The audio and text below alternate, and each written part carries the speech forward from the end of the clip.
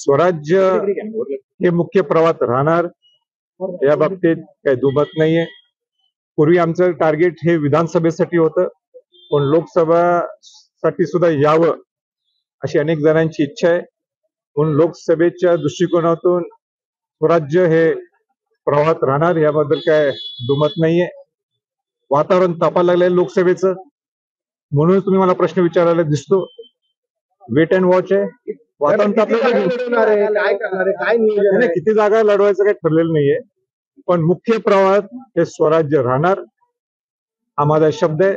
जुन्या जखमा 2009च्या जुन्या ज्या जखमा झाल्यात, मी वार म्हणणार नाही, आमच्यावर वार कोण करू शकत नाही, पण ज्या जुन्या जखमा आहेत त्या काही अजून पुसलेल्या नाहीयेत. ते निश्चित मी लक्षात ठेवलेले आहेत आणि वेळ प्रसंगी ते तुम्हाला दिसून येतं. याच अनुषंगाने विचारतो, कोल्हापूरसाठी चाचपणी सुरू झालेली आहे, त्या संदर्भातली मीटिंग आढावा घेतलाय का आपण, आणि घेतला असला तर त्यामधून काय आउटपुट? 2009च्या जखमांचा तुम्ही उल्लेख केलेला.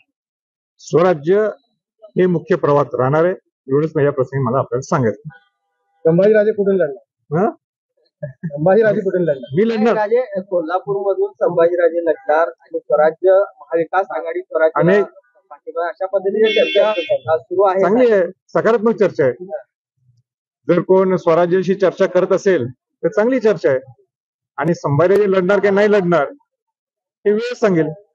आणि मी लढण्यापेक्षा स्वराज्य हे मुख्य प्रवाहात राहणार याबद्दल काही शंका नाहीये. मग ते कोल्हापुरात राहणार, काय नाशिकमध्ये राहणार, काय संभाजीनगरमध्ये राहणार, पूर्ण महाराष्ट्रातून मागणी आहे. आता कोण किती जास्त प्रेम देते ते स्वराज्य ठरवेल. ठीक आहे. सगळ्यांची चर्चेची दारं तुम्ही खुली ठेवलेली आहेत का, तर काहींना वगळलेला? नाही, अजून वगळणे दारं तर सगळ्यांसाठीच खुले आहेत. कारण स्वराज्य हे प्रामाणिक पद्धतीने हे त्यांचं काम चालू आहे. सगळ्यांना स्वराज्य पाहिजे आहे. परवा सुद्धा मी काही ते लोकमत मध्ये वाचलं. लोकमत मध्ये काय तरुण भारताने अनेक उत्तर आलं होतं की महाविकास आघाडी स्वराज्याशी चर्चा करायला लागलेली आहे. चांगली बाब आहे. कशी चर्चा चालू, कुठली चर्चा मला माहित नाही, पण ती वृत्तपत्रात तर आलीच, चर्चा चालू आहे.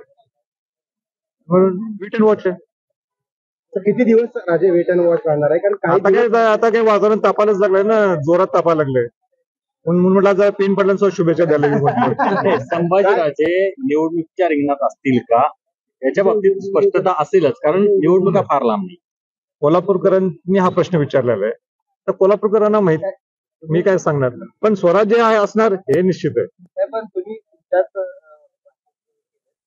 PM साहेबांना पण आज शुभेच्छा देण्यासाठी आले का? मला महाविकास आघाडीकडून PM साहेबांना वाढदिवसाच्या शुभेच्छा. PM साहेबांचे आणि आमच्या घरांचे जिव्हाळ्याचे संबंध आहेत. आणि सुदैवाने 7 जानेवारीला त्यांचा वाढदिवस असतो, 7 जानेवारीला महाराजांचा वाढदिवस असतो.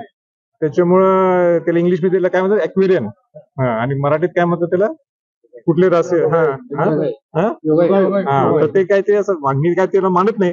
म्हणून आमचं जमते चांगलं, आणि म्हणून जमत असल्यामुळं आज म्हटलं खास करून आता पुढे विधानसभा आहे, लोकसभा आहे, म्हणून आपण खास